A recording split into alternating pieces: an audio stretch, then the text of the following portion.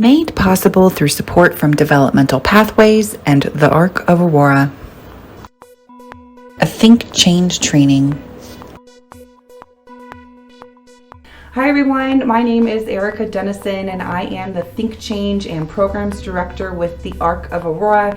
Here today bringing you another vodcast training series about CBD and people with developmental disabilities and really what we need to know. Just so everyone knows, today's series as well as the accompanying episodes are not intended to provide you with any kind of medical or legal advice and are really meant to be more informative. And so if you have more unique questions that are individualized to you or maybe your loved one or family member, please reach out to your own medical or legal advisors. So now that I have that out of the way, I wanted to introduce everyone to Adam with Realm of Caring today. He's going to be meeting with us to kind of just give a breakdown of CBD 101 and what that means for people with disabilities, their families, and the professionals in their lives. So Adam, if you could do me a favor and introduce yourself, who you are, what you do, and who Realm of Caring Foundation is. Absolutely, thank you. So my name is Adam Young, and I am a Development Officer and Care Specialist at the Realm of Caring Foundation. Realm of Caring Foundation is a 501c3 high-impact foundation we provide education and resources to improve the quality of life for individuals looking to use CBD to improve their quality of life. That's great. Yeah. That's awesome. And you guys have been around for quite some time, right? So yeah, we're in our 9th year now. Next year, 2023, will be our 10th year in existence. And so we've been at this quite a while. And we're really proud of the accomplishments that we've made over the years. We currently serve 70,000 clients internationally. Wow, that's a huge achievement. And so Yes. many lives impacted that I'm sure really benefit from your educational resources and everything that you guys do. So Yes. thanks for being a part of our community. We really appreciate it. Thank you. Awesome. Happy to be a part. Thank you. So one of the questions that we really just want to help people better understand is what on earth is just CBD? What is CBD? Can you share with us a little bit about what that is?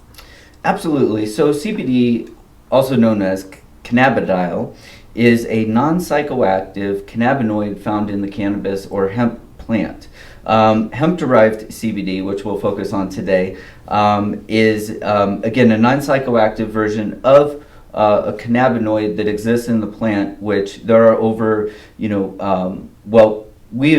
science has located over 100 different cannabinoids. And so a lot of people have heard about THC and now CBD, there's CBG, CBN, CBC, you can go on and on. But CBD has really gained popularity because of the number of conditions that it helps people find relief from without being high or getting any of that psychoactivity that you get from a THC product.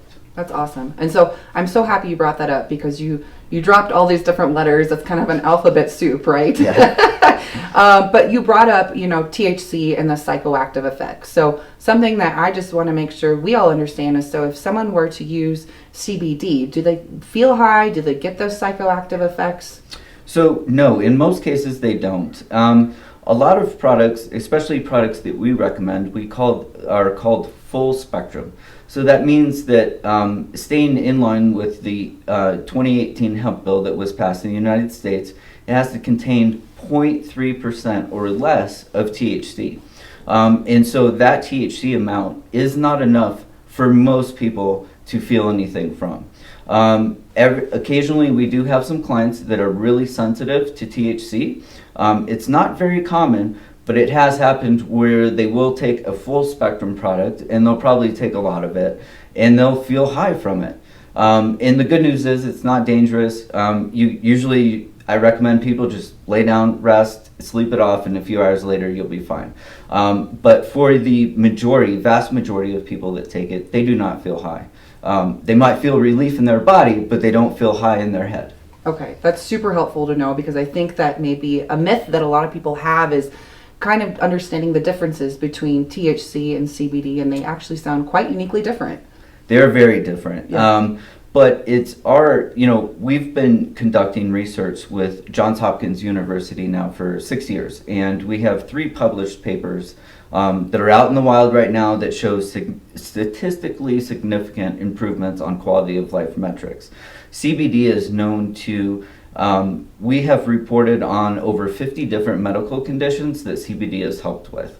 And so really THC, it helps with some things, but not the vast amount of conditions that CBD can help with. And again, you don't feel that highness or that impact on your cerebral activity. That's awesome. That's super helpful. And I appreciate you giving me that educational moment too. And that's a lot of different conditions that it can help, which is awesome. A lot. That's amazing. Yes. Fabulous. So another question that a lot of times we get is, why would someone with developmental disabilities use CBD? Why would someone want to maybe explore and consider maybe seeing how it could help them? Yeah, absolutely. So our foundation was started by 2 moms whose kids had irretractable epilepsy. So after they exhausted, let's say 17 or 18 pharmaceuticals, these kids were placed on hospice care. They were out of options, and if you're convulsing, 100 times a week or more, your body's only going to sustain that for so long. And so unfortunately, both these kids were sent home on hospice, and one of the kids' moms, Paige, she had heard about some studies coming out of Israel about CBD and epilepsy. And so she found this group of brothers called the Stanley Brothers here in Colorado that had produced a strain of cannabis that wasn't getting anybody high. And so she really wanted to explore this option. Her daughter's exhausted all the pharmaceuticals. She's on hospice care. There's not much to risk anymore, right? And if she's not going to get high, it's not toxic. It's a pretty safe thing to try. And so Charlotte saw immediate relief. The first time she took it, she didn't have a seizure the rest of the day and that night. That was the first time since she was, I think, 5 months old that she hadn't had a seizure. And so fortunately, Charlotte had the same hospice nurse as our other co-founder, Heather. Her son Zakai, same condition, same situation, and he turned out to be patient number 2, as they say, after Charlotte, where he also saw almost immediate relief after trying this. Again, after exhausting all these pharmaceuticals, ketogenic diets, etc., etc. So epilepsy, I think, is the first big condition that was really highly reported on. But people with disabilities tend to really gain some big improvements on their quality of life by taking CBD. So we just covered epilepsy, but there's also, we'll just bring up cerebral palsy, for instance. That's another condition we get a lot of calls for, and kids might experience less tremors, less pain throughout their bodies. It's always tensed, and the movements, they might not be as intense of movements, and you could go from cerebral palsy to, let's say, another big one is autism. That's a really big spectrum. There's kids and individuals all across the spectrum. And CBD is a great neuroprotector. So it really helps improve cognition. We've seen it control behavioral outbursts. There's, whether it's adults or kids, they really seem to have a lot of benefit taking CBD. That's awesome. Wow. Yeah. That's amazing.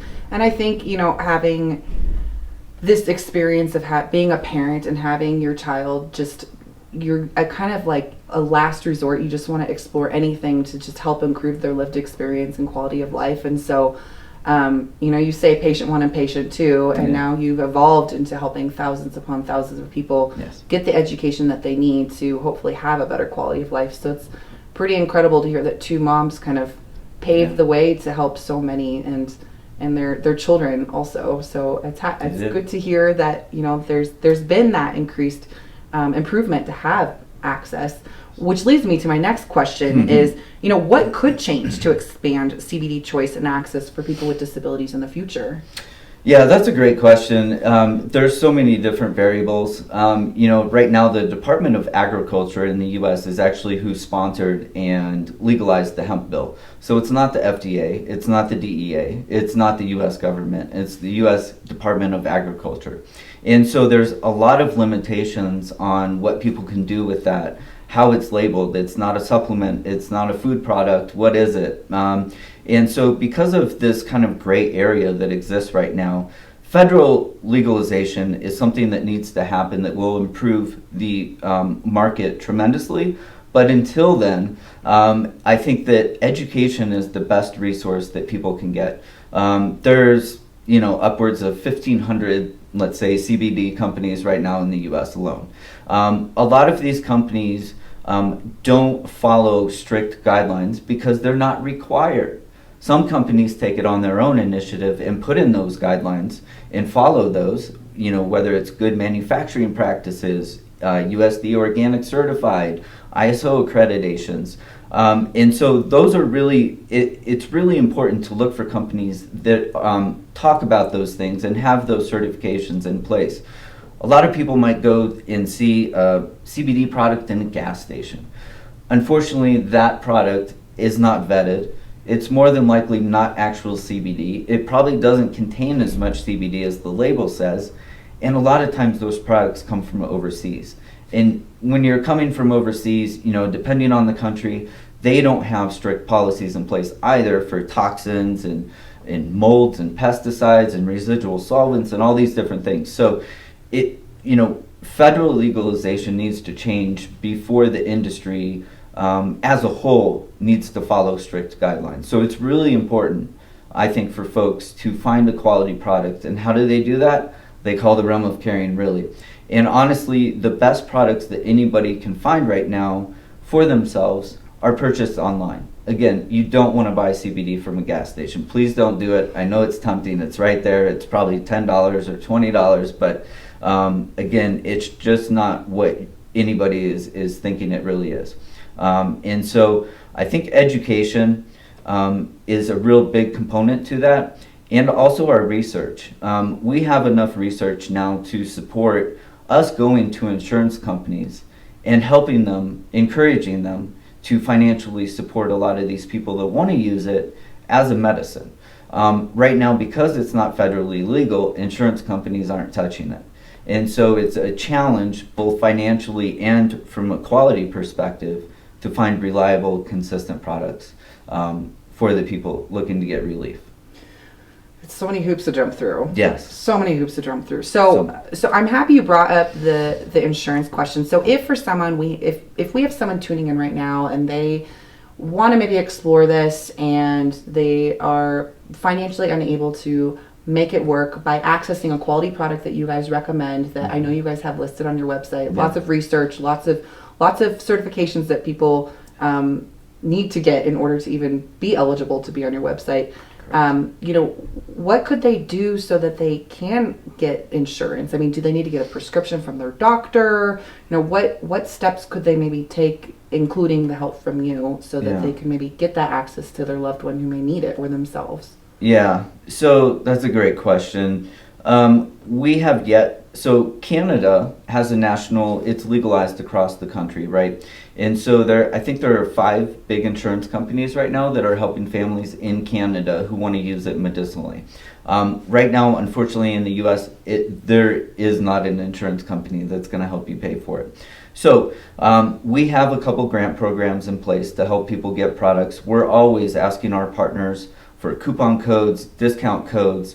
A lot of folks that we talk to are on Social Security, disability, right? So they have a strict income, so to speak. It doesn't go up, it might go down, but it usually doesn't go up. So they have a very fixed income. And so a lot of people struggle to buy a $200 bottle of CBD or a $100 bottle of CBD or a $75 bottle of CBD. So there are a lot of grant programs. Fortunately, a lot of CBD companies do offer discounts for folks. And you just have to supply them with a little information and they'll give you, a discount or even a free product. We're constantly trying to take part in giveaways where we can give out coupon codes and different products. And one way that we offer our clients to help us and we'll help them is our research initiative with Johns Hopkins, which is observational. So it is done from the comfort of your home. But once you complete the survey, which comes out 4 times a year, there's an opportunity to get an Amazon gift card or to select a product that you can try for yourself, or even the product you used in research, you can re-up on that guy. So we are always trying to find ways to help people financially, but unfortunately to try and go the insurance route, it's just not going to happen yet. Yeah, not in the U.S. It's sad. Yeah. Lots of things need to change for people to get that access to what they need, but I really appreciate the valuable information that you shared today, especially for our viewers and listeners, just because it is complicated and we want people to have the information that they need to, navigate this complicated world of disability and how to really have the best quality of life for us and our loved ones. So before I close us out, is there anything else that you want to add before we say farewell for this podcast episode? Thank you.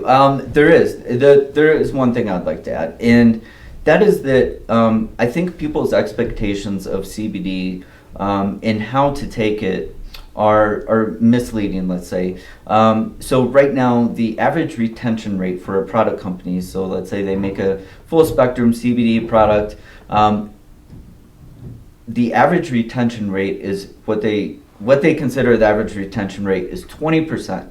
So that means that 80% of the people that try it for the first time are not having success.